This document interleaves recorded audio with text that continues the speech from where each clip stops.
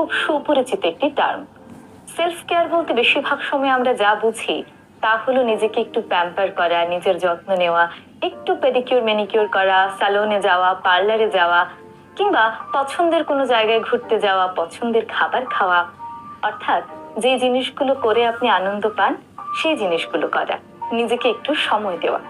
কিন্তু এর বাইরেও সেলফ কেয়ার বলতে আরো একটি জিনিস আছে।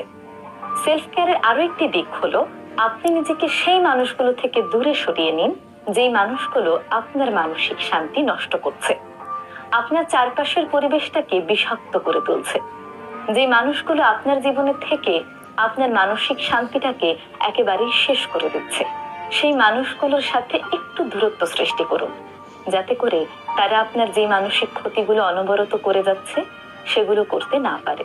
পাশাপাশি আগে যে মানসিক ক্ষতিগুলো করেছে সেগুলো থেকে যেন আপনি বের হয়ে আসতে পারেন, সেই সময়টা নিজেকে দেওয়া, আপনার আর সেই মানুষগুলোর মাঝে একটি অদৃশ্য দেওয়াল তৈরি করে দেওয়া, যাতে করে তারা আপনার আর কোনো প্রকার মানসিক ক্ষতি করতে না পারে। এই জিনিসটি কিন্তু সেলফ কেয়ারের সবচেয়ে বড় একটি দিক। কারণ সেলফ কেয়ারে শুধুমাত্র আপনার শারীরিক যত্ন নেওয়াটাই যথেষ্ট নয়, মানসিক যত্ন নেওয়াটাও কিন্তু ভীষণ জরুরি।